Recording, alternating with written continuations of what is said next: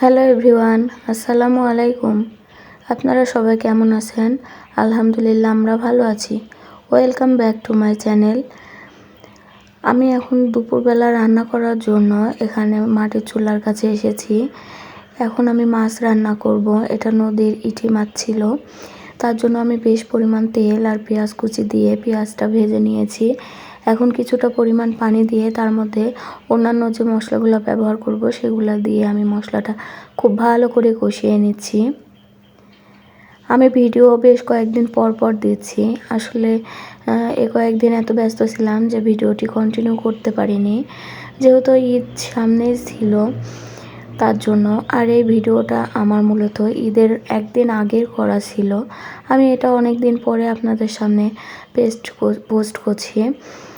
আসলে ভিডিও আপনারা দেখেন অথচ একটা লাইক দিতে চান না, সেই জন্য ভিডিও করতে আমার মন চায় না। তবুও আসলে ছাড়তেও পারি না, যেহেতু ইউটিউবে পুরোটাই আমি শখের বসে এসেছি। এখানে কি পাবো কি হারাবো সেসব চিন্তা করে আসিনি। এখানে টোটালি আমি নিজের ইচ্ছা শখটা পূরণ করার জন্য এসেছি। অন্যান্য যখন সবার ভিডিও দেখতাম ভাবতাম যে আমিও একটা চ্যানেল খুলবো, আমিও একটা ইউটিউবার হব, এরকম একটা স্বপ্ন নিয়ে এসেছি। তো দেখা যাক আমার স্বপ্ন পূরণ হয় কি না। অবশ্যই পূরণ হবে যদি আপনারা সাপোর্ট করেন ইনশাল্লাহ। আমার ভিডিওটি অবশ্যই একটা লাইক দিয়ে কন্টিনিউ করবেন। যারা এখনও চ্যানেলটিকে সাবস্ক্রাইব করেনি, আমার চ্যানেলটিকে সাবস্ক্রাইব করে পাশে থাকা বেল নোটিফিকেশন অন করে রাখবেন। তাহলে যখনই আমি ভিডিও দিব আপনাদের কাছে নোটিফিকেশন পৌঁছে যাবে। আপনারা আপনাদের সময় সুযোগ বুঝে আমার ভিডিওটি দেখে নিতে পারবেন। তো এতক্ষণ দেখেছেন আমি কি করলাম। মশলাটা খুব ভালো করে কষিয়ে নিয়ে মাছটাকেও প্রায় 10 মিনিট কষিয়ে নিয়েছি লো আছে। এই তো মাছের ভিতরে এখন আমি অল্প পরিমাণে পানি দিয়ে দিলাম। এই পানিটাও আসলে আমি দিয়ে কষিয়ে নেব। যতক্ষণ এই পানিটা শুকিয়ে আসে ততক্ষণ আমি জাল দিতে থাকবো। এখন ঢাকনা দিয়ে দিচ্ছি আমি।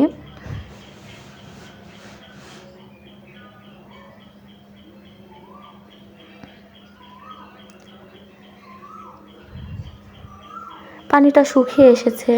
এখন আমি এর মধ্যে ঝোলের জন্য পানি দিয়ে দিলাম। মাছটা যেহেতু আগে অনেক কুক হয়ে গেছে, ঝোলের পানি তারপরে কষিয়ে নিয়েছি। এখন অল্প একটু ফুটিয়ে নেব।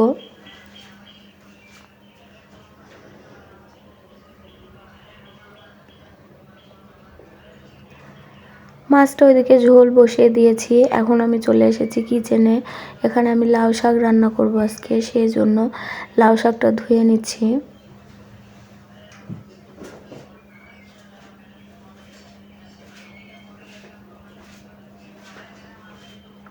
লাউ শাকটা অনেক বেশি ফ্রেশ আর সবুজ ছিল। আর লাউ শাক খেতে আমার ভালোই লাগে। তারপরে লাউ শাক ধুয়ে নিয়ে চলে এসেছি। তারপরে আমার মাছটা হয়ে গেছে।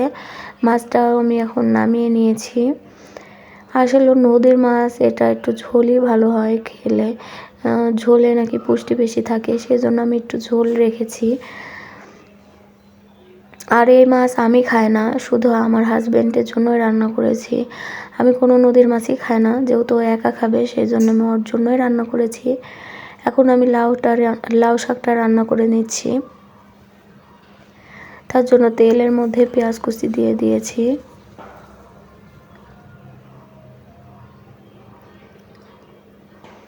সব রান্না একই প্রসেসিং, হয়তো একটু আলাদা। এটাও তাইভাবেই রান্না করব। পেঁয়াজ কুচি ভেজে নিয়ে সব মশলা দিয়ে এই তো কষিয়ে নিয়েছি। আমার লাউ শাক ভাজির থেকে এভাবে কষিয়ে রান্না করাটাই আমার কাছে বেশি ভালো লাগে। আমার যেরকম ভালো লাগে আমি সেরকমভাবে রান্না করছি। আপনারা কেমনভাবে রান্না করেন অবশ্যই কমেন্টের মাধ্যমে আপনার মূল্যবান মতামত জানাতে পারেন। আপনারা কিভাবে রান্না করেন জানতে পেরে আমারও অনেক বেশি ভালো লাগবে।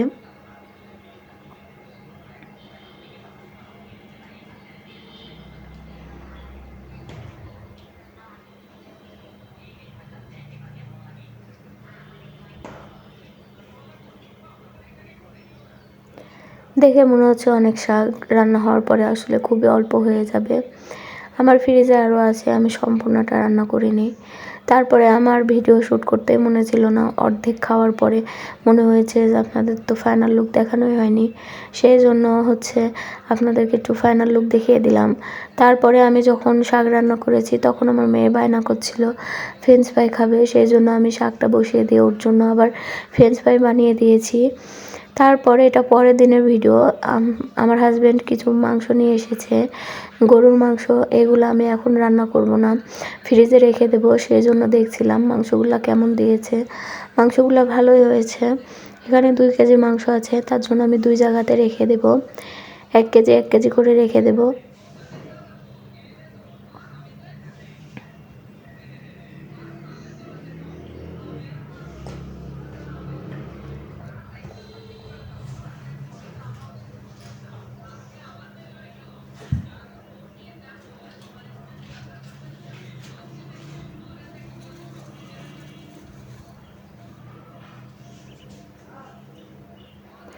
মাংস রান্নার ভিডিও পরবর্তী ভিডিওতে আপনাদের সাথে শেয়ার করব।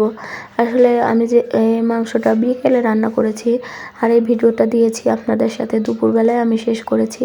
বিকালের যে ভিডিও, বিকাল থেকে রাত পর্যন্ত, এটা আমি পরবর্তী ব্লগে শেয়ার করব, সেই জন্য আমি এতটুকু ভিডিও আজকে এ পর্যন্তই। দেখা হবে আবার পরবর্তী ভিডিওতে। ততক্ষণ আপনারা ভালো থাকবেন, সুস্থ থাকবেন, সাবধানে থাকবেন, আমাদের জন্য দোয়া রাখবেন। আল্লাহ হাফেজ। আসসালামু আলাইকুম।